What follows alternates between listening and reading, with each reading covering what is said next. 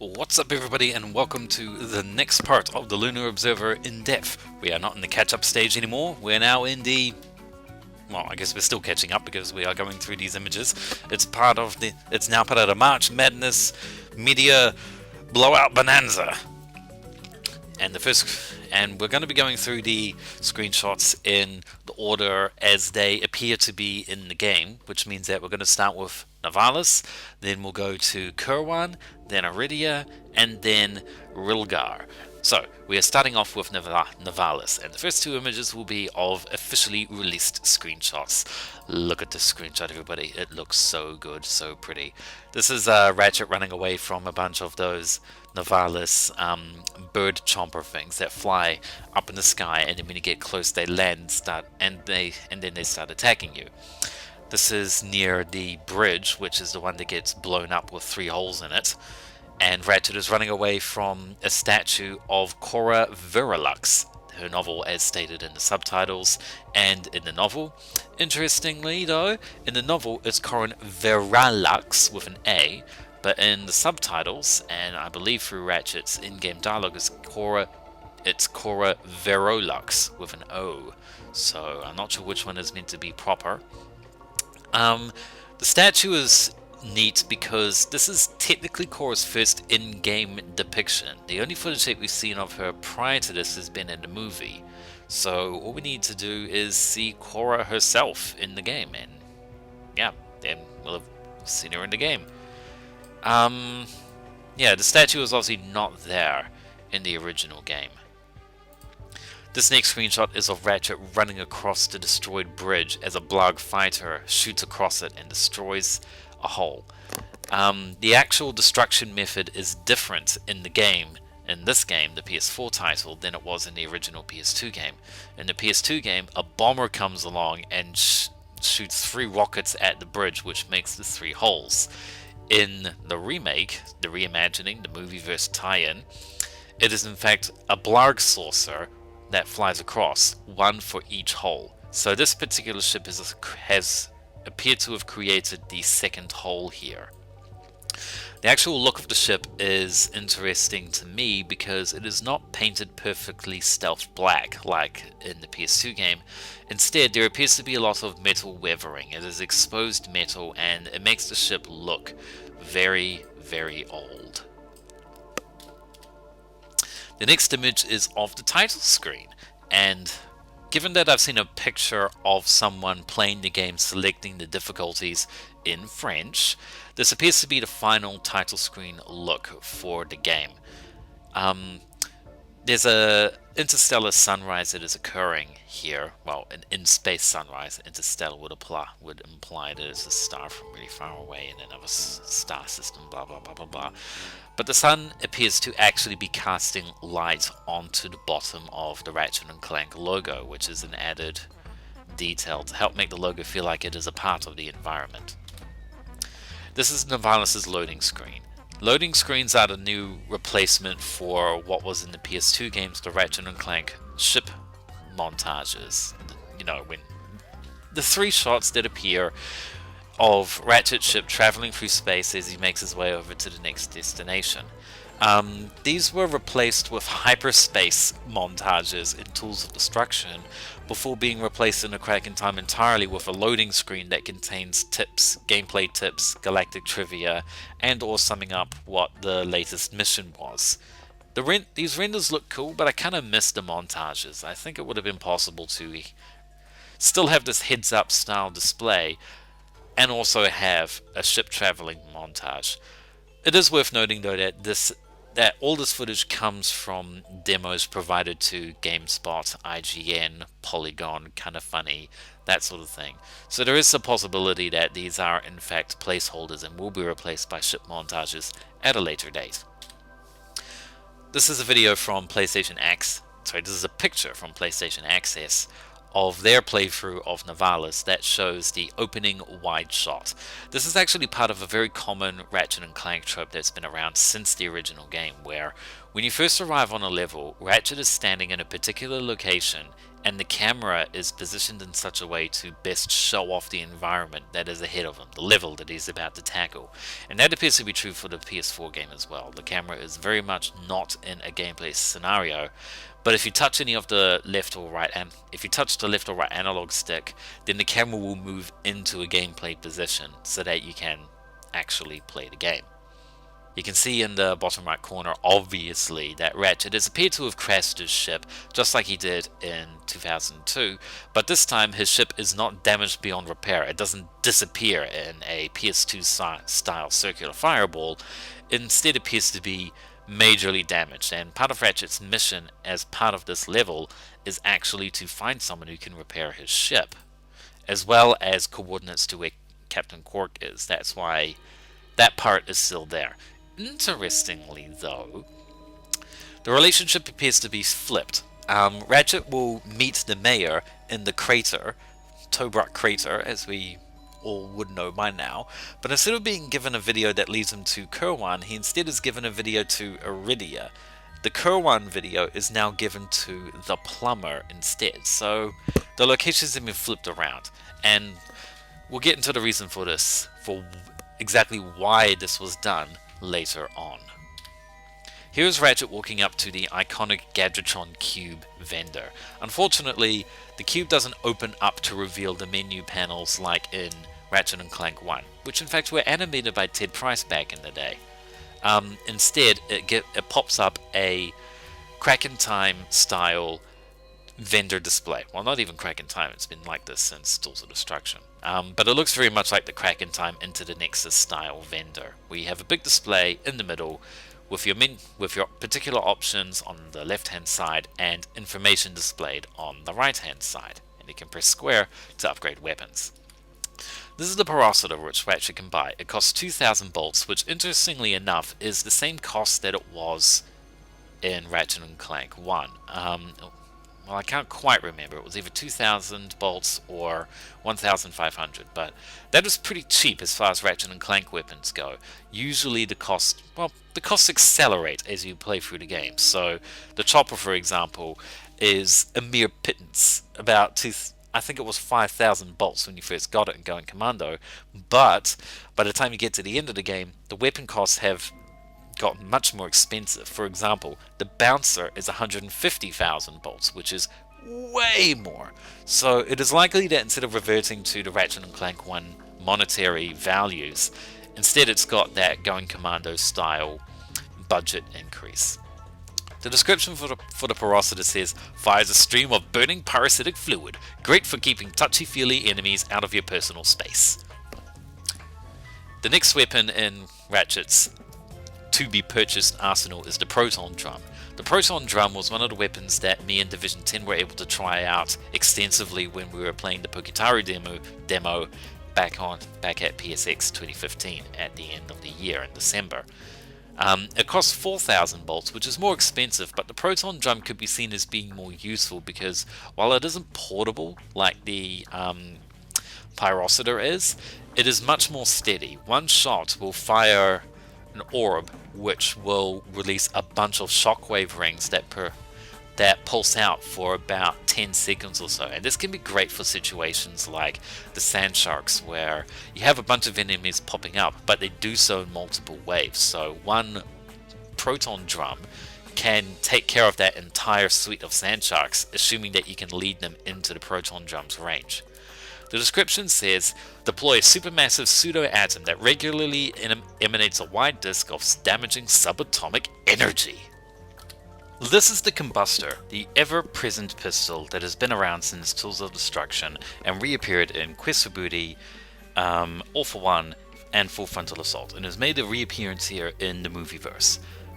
The actual design of the weapon hasn't changed at all that much, but what's notable here is the fact that the gun is much larger than it used to be. It is more on the size of the blaster from Ratchet & Clank 1 than it was the tiny weapon that it was in the PS3 games. Another notable change is the orange tank on the back of the gun just above the handle. It is much shorter than it used to be. So the reduction of the tank is probably for aesthetic value, so that the emphasis is more on the barrel of the gun rather than the pistol appearing back heavy. Here's a picture, literally a frame later, of the fusion grenade. It has gotten another redesign after getting its first redesign in Into the Nexus, but what I find interesting is the fact that the weapon looks like Ratchet's Ranger armor. It is dark blue with an orange trim and cyan lights, so this could in fact be one of those stock Ranger weapons like the Combustor is. Either way, it looks really cool, and I bet it would look great alongside Ratchet's Ranger armor that he picks up in Kurwan. Here is another angle of the fusion grenade from the side. What I like about this is that, as I explain later on with the Groovajon, because I'm recording this after the fact and editing it in, is the fact that in Ratchet's palm you can see a little pad, which is where the fusion bombs are actually deployed into Ratchet's hand, so that he can throw them. I thought that was a very nice sort of functionality touch that shows how the weapon actually works. What's also notable here is that these two pictures of the Combustor and the fusion grenade are taken from Inside Gaming's playthrough, and they were the only team who actually went into the weapons menu. So this is actually not the vendor, it is the weapons menu, and they have very similar construction. On the right hand side, you can also see that there is a long EXP bar, so that you can see how much progress your weapon has made to upgrading to the next level. This is the upgrade menu, and returning from Into the Nexus is the tutorializer. In the next image you can see the description that says, the tutorializer is a hypothetical weapon that was designed to help Gadgetron vendor operators show customers how to spend Raritanium on upgrades. And the system is identical to that of Into the Nexus, where you have a green star that is your starting point, and then you have a big grid of mods that you can purchase. Dotted around this grid are yellow mystery mods, and to unlock them you must purchase all of the adjacent mods, and you can only move in a direct line. You can't buy a mod that isn't adjacent to a mod you've already purchased. When you do this, you unlock the mystery mod. One of the other advancements towards this mod system is that on each cell, when you highlight it, it displays the particular benefit that purchasing that mod cell will give you. So for example, the currently highlighted one is Raritanium, and at the bottom it says plus 8%, which means that it will increase the likelihood of Raritanium spawning from an enemy defeated by the tutorializer by 8%. On the right hand side you can see more features that have originated from Into the Nexus, the weapon stats for the mods. Basically, these are the mod icons surrounded by a circle, and the circle gradually fills up as you purchase the mods, and when it is a complete circle, you have purchased all of the mods, all of those possible mods. So in this case, they are complete circles, which means that the player has purchased the maximum amount of bonus bolts and bonus Raritanium mods available for the tutorializer. This next image shows the Raritanium mod grid for the Combustor. What's interesting here is that in Into the Nexus, the specific grids for the weapons are actually arranged such that they resemble the icons for the weapons themselves. So for example, the Omniblaster's icon looked very similar to the Omniblaster itself. Here, for the Combustor, it is pretty much the same type of grid. It is obviously more like the Combustor weapon itself. On the left hand side of the grid you can see a cluster of mod cells that looks very similar to the plastic canister at the back of the Combustor, but it looks nothing like the Combustor's actual logo, which is instead more of a vector laser blast shot. The mods for the Combustor that are available are rate of fire, ammo, and bonus bolts.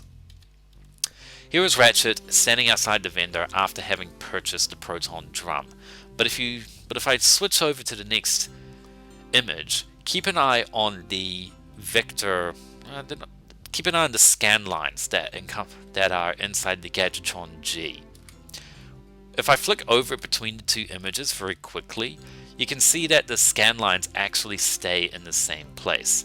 This is very cool because that means that the scan lines are actually applied onto the holographic Gadgetron G, which would be accurate if it were actually being displayed by the projector at the top of the vendor cube.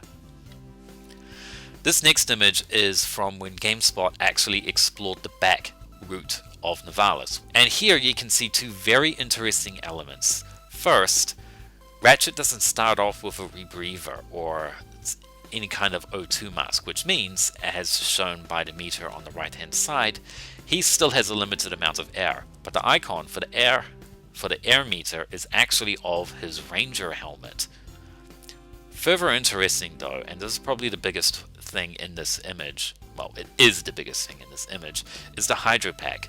Clank comes equipped with a Hydro Pack in these demos. Before, in Ratchet & Clank 1, you had to wait until you got to Hoven and had it upgraded by Edwina in her Robo Shack to have the Hydro Pack so that you could swim faster. And the Hydro Pack appears to be very much something that you get at the beginning of the game, or certainly before Rilgar. So to me that suggests that Clank is supposed to have the Hydro Pack at the start. In the original PS2, PS3 gameverse, the Hydro Pack was in fact an illegal upgrade.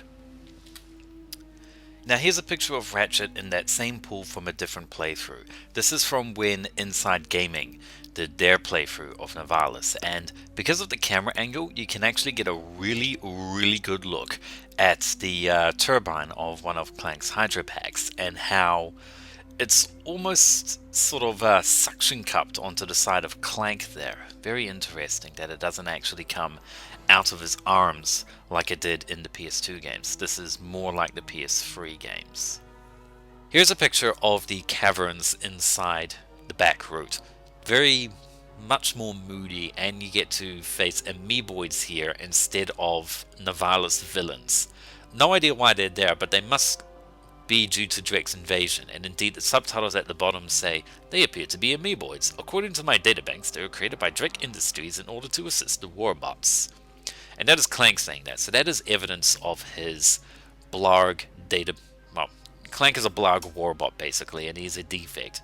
As such, he has data on Drake's, the things that he and Nefarious have created and what his plans are.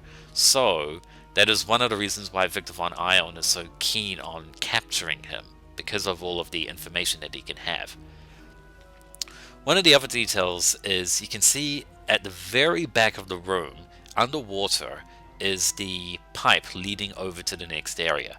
This is important because in the original game you couldn't actually see it under the water, so many players, me included, would first enter this room, kill all the enemies, grab all the boxes, and then wonder, okay, where the heck am I supposed to go? And it wasn't really obvious where underwater you had to swim.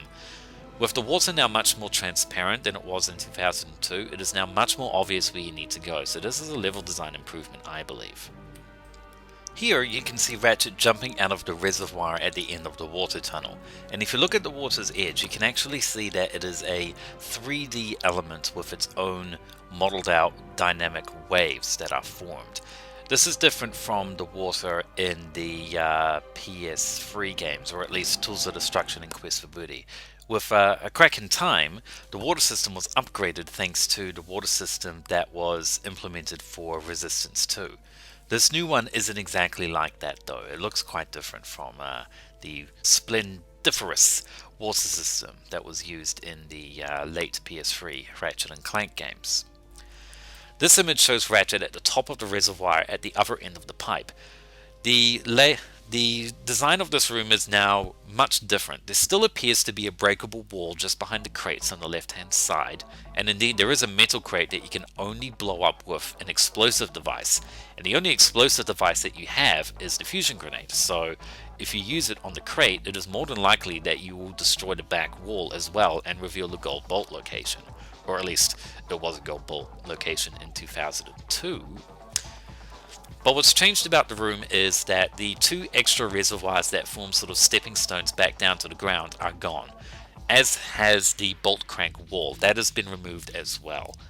Probably because the bolt crank is much You encounter the bolt crank enough during the game, and you just use it to enter this area, so the level designers probably felt it a little bit too frequent to have it again here in this cave section. Instead, you just walk right up to the next water area.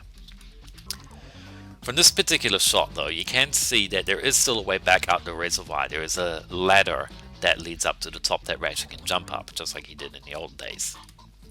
In this shot you can see the auto-aiming at work. When the auto-aiming is turned on in the options menu, which is something that we'll get into in a later in-depth, the traditional white reticule shrinks down a little bit and a big red one pops up for the auto-targeting system. This is actually the furthest extent that the auto-targeting system has, so you still need to actually point your gun at a foe in order for it to kick in. But it still, of course, aids in your shooting. Here is Ratchet back at his ship. Nothing quite new here except for what's in the subtitles. Ratchet is a good way away from the vendor, and under normal gameplay situations you would not be able to hear what the vendor is saying. However, the subtitles still reveal that he is communicating to Ratchet saying, "You got enough bolts for a pyrocitor? Sorry, you got enough bolts for a pyrocitor. And what do you know? I have one in stock!"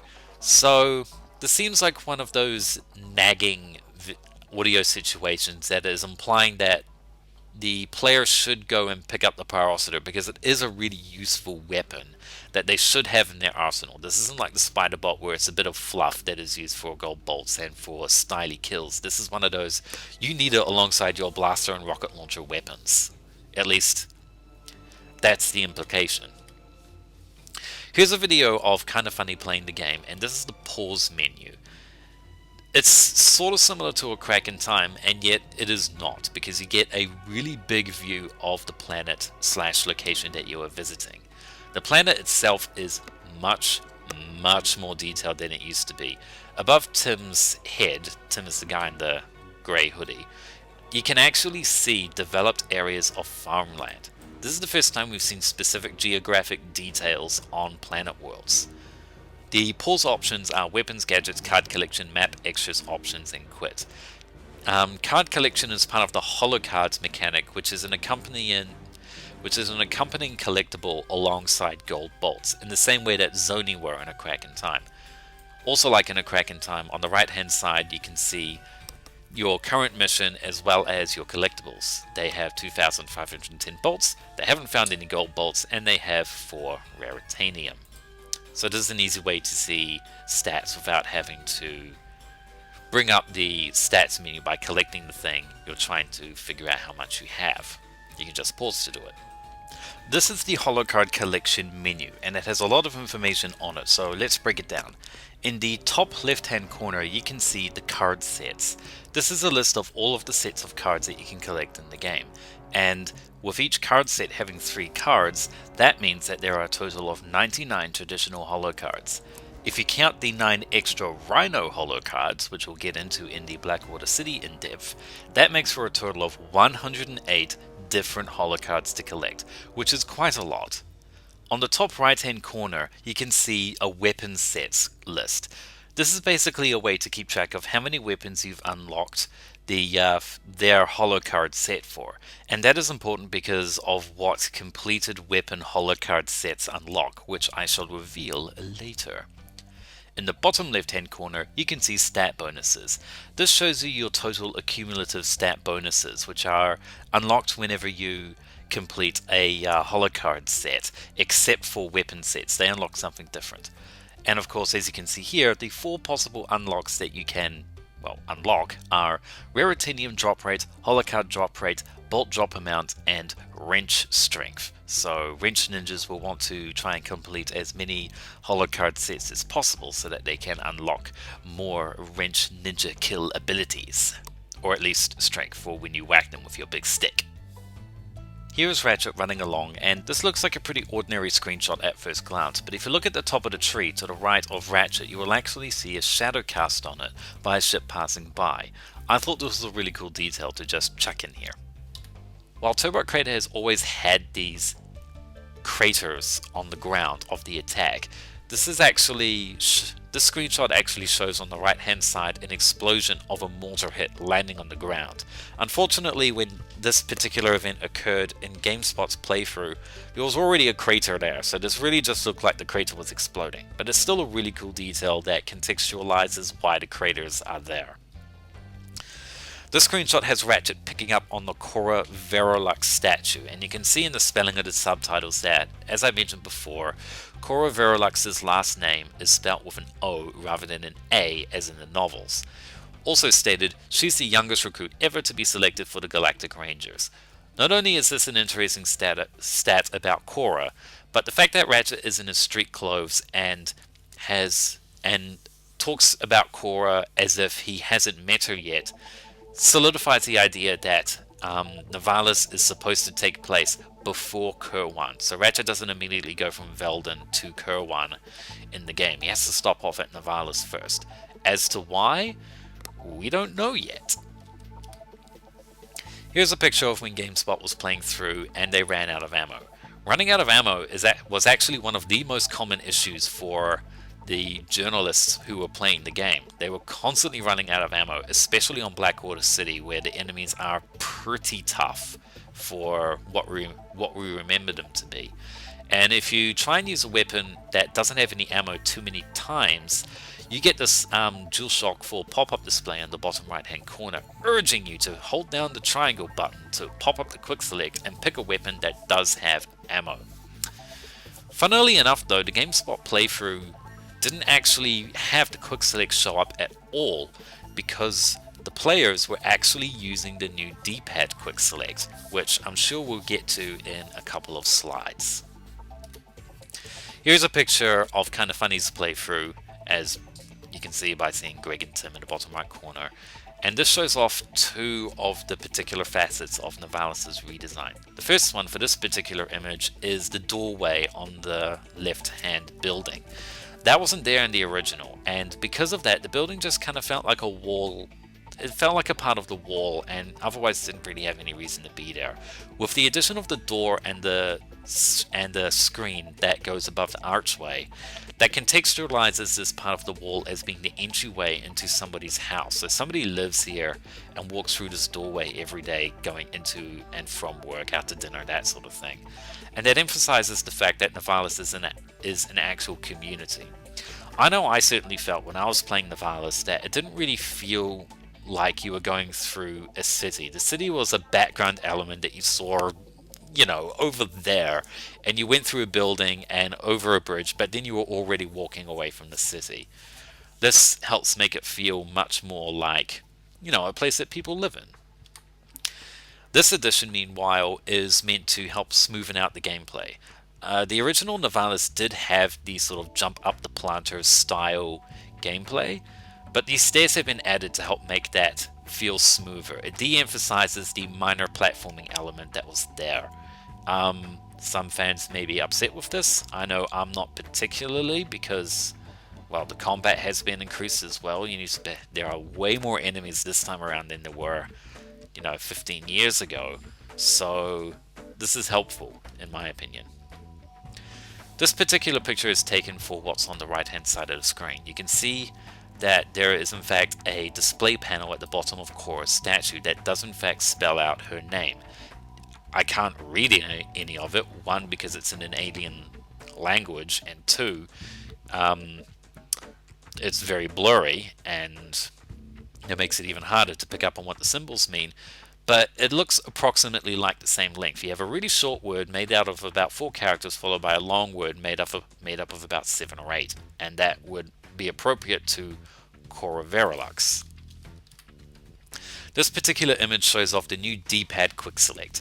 The D-pad quick select actually appeared originally in A Crack in Time back in 2009, but back then it was exclusive only to gadgets. You used it for the hover boots, the Omni Soaker, the time bombs, and the... crap, I'm forgetting what the 4th gadget was. And the mysterious unknown 4th gadget that no one has ever been able to figure out what it was. And those were the only options that you had with it. This time around, however, the D-pad quick select is actually customizable and by default has your first 4 weapons on it. This allows you to actually switch between your four most preferably used weapons just by using the D-pad, which can be incredibly helpful. This also means that you don't have to that it clears up 4 spots on the normal quick select, and that is also very helpful because we ditched multiple quick select rings back in a crack in time, I believe. Into the Nexus may have had them, and All for One in fact did, but it helps streamline the whole quick select thing by putting them on the D-pad.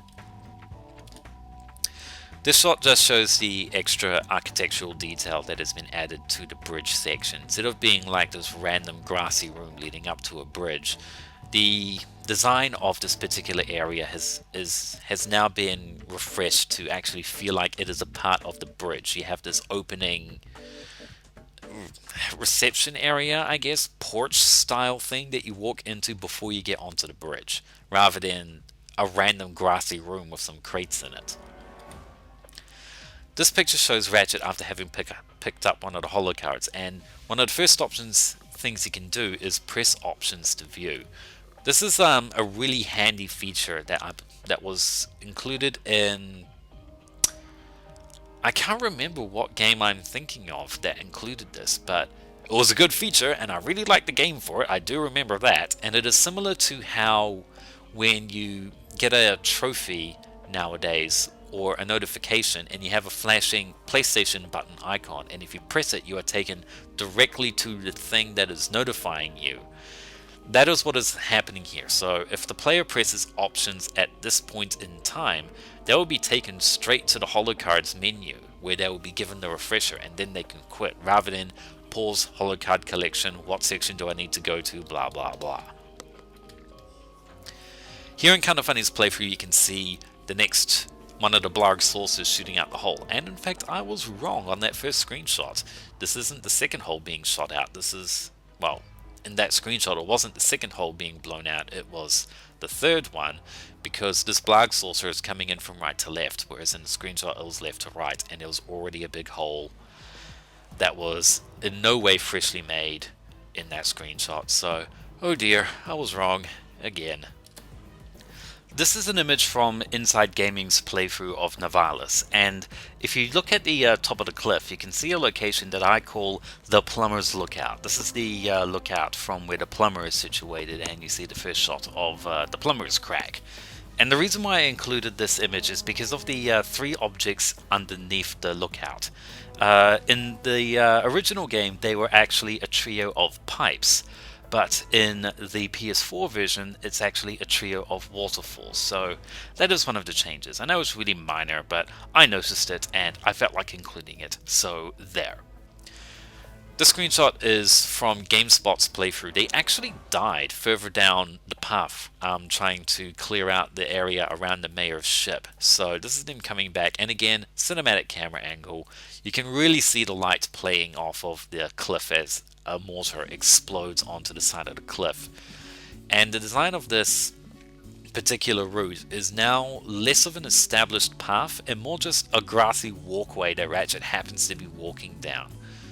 So yeah, much more thoughtful environmental design according to what the level is doing. Now in this picture you can see that there is now no secondary area underneath the bridge with a couple of crates for you to get to. That area has now been deleted from the level so that you are now focused entirely on getting to the mayor. This is appropriate because this section, even in 2002, was very much more about the combat as opposed to the platforming sections that start around the ship and go through the tunnels and the waterworks.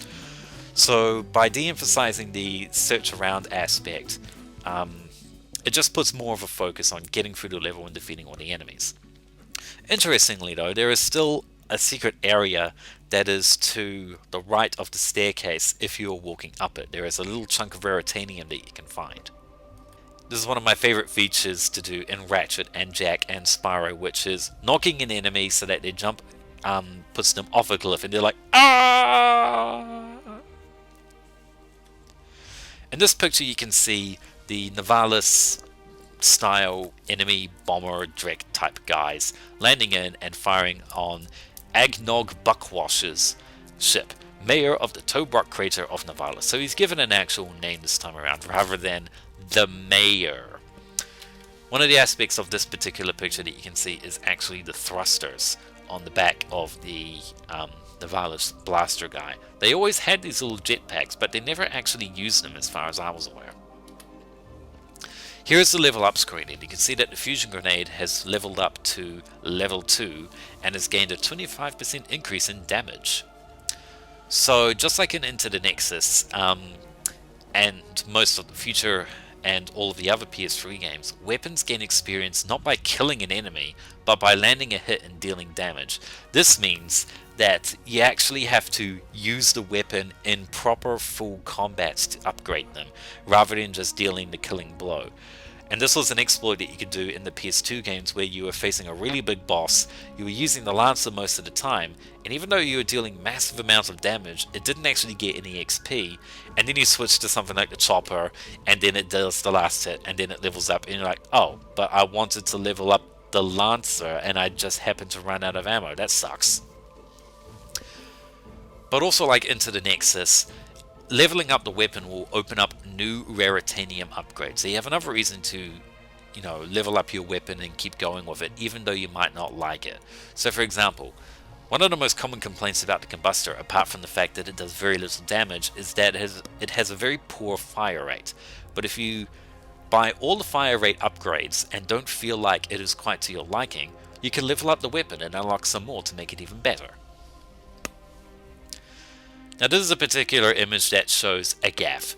Ratchet has blown up an enemy, but the scorch mark on the wall hasn't exactly applied itself correctly to the rocks on the cliff. So this is probably something that will be fixed by the time the game releases, and it will probably be said that this is an old build, and I would be inclined to believe them, because the build at PSX was also an old build. Here's Ratchet and a massive pile of bolts. The range of Ratchet, according to the edge of the bolts and the blarg, is actually Ratchet's full pickup range. I'm not sure if this particular press demo had a bolt magnetizer turned on, or if this is in fact the default pickup range. I would welcome a much larger pickup range, because one of the more irritating parts of playing Ratchet and Clank is the fact that after each battle you basically have to nanny around the battlefield and make sure you pick up any bolts before they were deleted from the PS2's RAM, or the PS3's RAM in later cases. By having a larger bolt pickup range, that means you still would nanny around to pick up as much bolts so you can afford the next big weapon that is probably at the next level, but it is much less frustrating to do so. You don't have to be right on top of the bolts to collect everything, you just need to do a general sweep of the area. Here you can see Ratchet after having just defeated a blarg foot soldier, which you can see in the bottom right, and what you'll probably notice about him is the fact that he is dissolving into this green goop, like he's in an episode of the new Ghostbusters Adventures mega series from the 80s. Super Collection or something. They had weird names in the 80s. But this is the main reason why Ratchet and Clank for PlayStation 4 has a content descriptor of animated blood.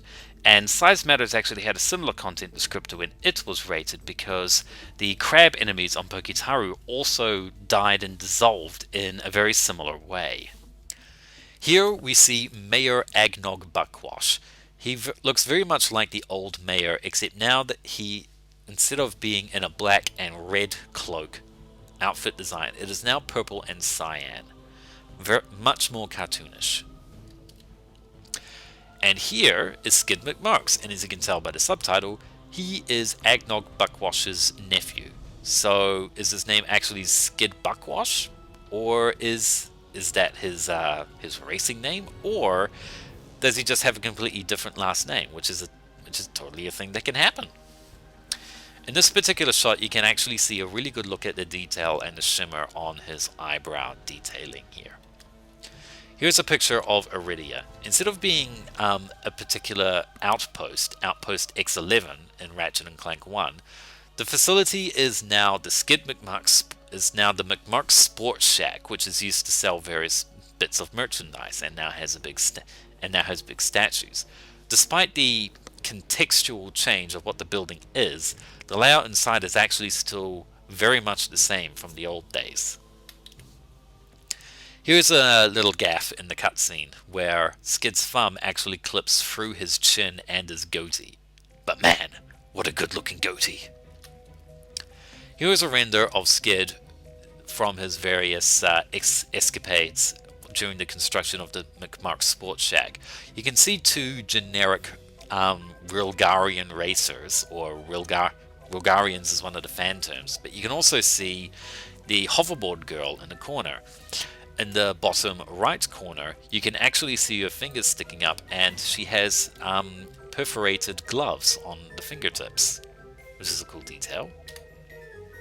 Here is Skid holding the holopad. This is actually a still image that has some camera shake applied to it. And what's interesting is that Iridia is where you find the Hydro Displacer rather than the Trespasser. And given that Skid has a holopad for these water-sucking orb ships, which later suck up water on Pugitaru, that adds a bit of extra context as to why the Hydro Displacer is even on Iridia in the first place this time around. It is likely part of the mishap that's resulted in Skid getting this particular datapad. If you look in the middle of the datapad, you can actually see a circular shaped logo with a drop of water in it. This is actually the icon for the Hydro Displacer, and it is holographically projected above Hydro Faucets so that you know where they are. So it's cool that it was reused for this datapad here. Also, if you look sort of on the right hand side of the frame, the bottommost icon on the datapad is actually a vector version of the Warbot head. You know, what Clank is supposed to be. Another look at Skid with his goatee and eyebrow. Skid's voice actor appears to me to be mostly the same, but I think he's doing a different kind of racer voice. He doesn't sound exactly like he did in Ratchet & Clank and Up Your Arsenal. Here's Ratchet going along to Major Buckwash's ship, which has now been completely wrecked. Rather than landing under Drek Robot Guard, it appears that it has now been shot down. And the reason why Novalis appears to be attacked in the first place is because they're trying to get to Buckwash's data. It's got something to do with Skid having the Hydro Displacer Hollow plan things in the first place, and they're trying to get to him to figure out where Skid is. I don't really know the exact sequence of events as to why it led to that, but that is apparently what happened. You can also see that the ship has rear skids, like skidment marks, but it has rear skids that are similar to the ships used by the Smuggler and the Vullards in A Crack in Time. So again, a bit more of the design heritage going on here. Here's a view of the front of the ship, which in fact has laser blasters on it. Here's Ratchet swimming underwater. Interesting here is that you can see the pufferfish, which are actually enemies on Pugitaru, but apparently if you're swimming underwater, they're completely docile. Here's Ratchet at the vendor again. The vendor display icon prompt thing now doesn't appear at the top of the screen as it does in most of the other Ratchet games. Instead, it appears directly at the point of context. So the triangle button on the HUD element is now directly above the Gadgetron vendor, and as long as Ratchet is close enough, it will always be there. If Ratchet walks away, it disappears. Here is the next frame. This is when Ratchet is activating the vendor, and what you'll notice is that the smokestacks on the right hand side of the screen where the buildings are and the fire completely disappear. Ooh. Here's an image of the map while Kinda Funny was playing the game. The general look appears to be very similar to what was used in 2002. There are no outlines though, so it can be a little bit tricky to figure out where exactly everything is. In Into the Nexus and A Crack in Time, the maps were actual literal top-down photos or paintings of the environment, so it was a little bit easier to figure out where everything was than it is here. There are, however, still some basic outlines that appear, marking things like buildings and doorways and that sort of thing. But by and large, it appears to be silhouettes, and I personally find this particular map style to be difficult to navigate. Here's an image of Ratchet making his way through the waterworks, and he's using the proton drum. I really don't have a reason for including the screenshot other than the fact that this looks really pretty with all the glowing and light casting in the pink and that sort of thing. Here's Ratchet moving past the proton drum, and you can see that there are actually specific electricity arcs that are keeping the various panels of the proton drum away so that it can unleash its enemies upon Ratchet's foes. Here is Ratchet climbing up the wall jump section, and what's interesting is that this is even a wall jump section. In the original game, you had to jump up a couple of platforms to get to this doorway. Here, you have to use the wall jump in order to get up there. However, the secret at the top of the wall jump section is still here. If you go to the top of the wall jumps all the way without going to the door, you will find a holo card pack. And what a holo card pack is, well, you've probably figured it out. It's a pack of holo cards that contains 5 random holo cards for you. And that is very cool. It's basically like trading card booster packs. So it helps increase the likelihood of you getting a card that you want. What's also significant here is that the holo card pack is replacing the gold bolt, and that was there in 2002. And for me, this is a piece of evidence as to why I think there are a lot of fans are thinking that there are fewer levels in the PS4 Ratchet and Clank that there were in the originals, and I have no doubt that there are fewer levels. However, if you're using the gold bolt count, it isn't accurate. The gold bolt count in the game is 29. However, because of the fact that holo cards have replaced the location of some gold bolts, that means gold bolts are much more thinly spread out through the levels than they were 15 years ago. Here you can see Ratchet jumping across one of the waterways in the final room on the way to the plumber's lookout. And what's significant here is the fact that Ratchet is actually able to make this jump. In the original game, he wouldn't have been able to cross over like that without the helipack, so his jump distances have extended pretty far over the intervening years.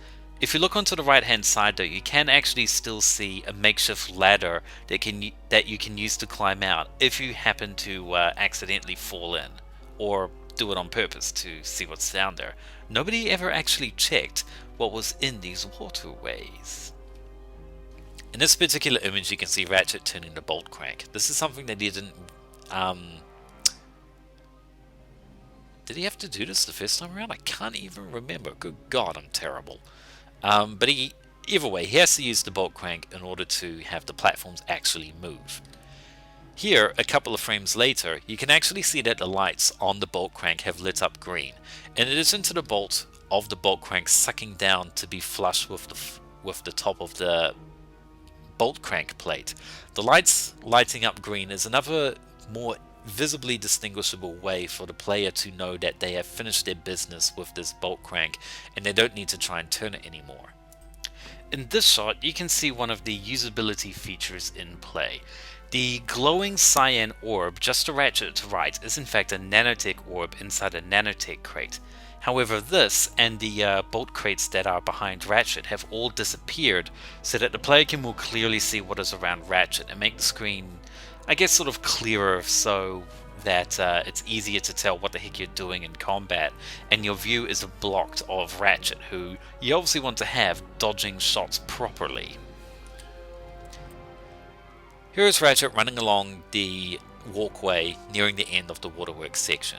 You can see a lot of cool reflections. In particular, you can see the reflection of the little glowing green wing of the bird bot that is closest to the camera, as well as the reflections of the eyes of the bird bot and the door in the distance. This should be a familiar camera angle to anyone who has played Ratchet and Clank 1. Here's a picture of the plumber. Hey look, the plumber's back! And he is much more pale than before. In previous games he was more sort of well, on the PS2 he was sort of a desaturated dark blue, and on the PS3 games he was a more purple tone. But here he is a brighter pale blue color.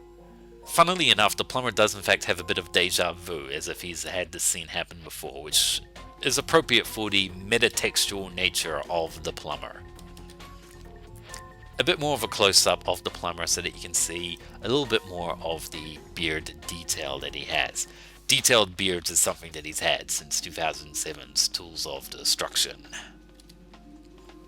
This is the cutscene from the infobot that the plumber actually gives you.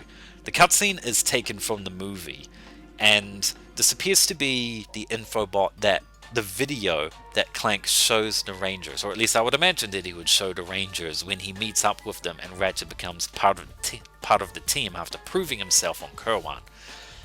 This particular image I've singled out because it is one of the best views you can see of the Drek Industries emblem, which is actually a company that was owned by Drek's father and is apparently responsible for the poisoning and pollution of their homeworld that drove them underground, which is details revealed by this cutscene, as shown in the subtitles of this image. The factory of the Warbot factory, as shown in this particular picture, and as we covered in a previous in-depth, actually has visual similarities to It has visual similarities to Megacorp's HQ on Yeedle in Ratchet & Clank Going Commando. It's locked and loaded in New Zealand, that's why I got mixed up. Here's a funny 80s style panel swing montage of Drek Industries. In the top left-hand corner, you can see a rather posh-looking blarg with a big mustache and a gold bolt, but not a gold bolt with a capital G and a capital B. This may just be a random rich blarg, but given the visual similarities, I actually think this is Drek's father, depicted in artwork. Here's Ratchet sliding down the sewer pipe, and instead of being a very slight animation, sort of quick ride, this is now basically a ride in a water park like Splash Planet or Wet n Wild, which is very, very cool. Here's a picture of Clank sort of supervising, doing the holoplan stuff while Ratchet and the plumber fix the ship, which is consistent to his previous appearances because he had the exact same role when Ratchet was fixing his ship in Tools of Destruction and performing modifications in the title screen of Full Frontal Assault. In the Upper Arsenal one, he was reading blueprints as well. You can see a lot of detail on the pants leg of the plumber as well as on his boot. Lots of leather pores and seams and things of that nature. When Ratchet and Clank get into the ship, the camera move does the classic zoom in onto the monitor thing to give a reason as to why you're viewing a map of planets. It seems to be a bit more like A Crack in Time, where it zooms in on the monitor and then fades out rather quickly before displaying the menu.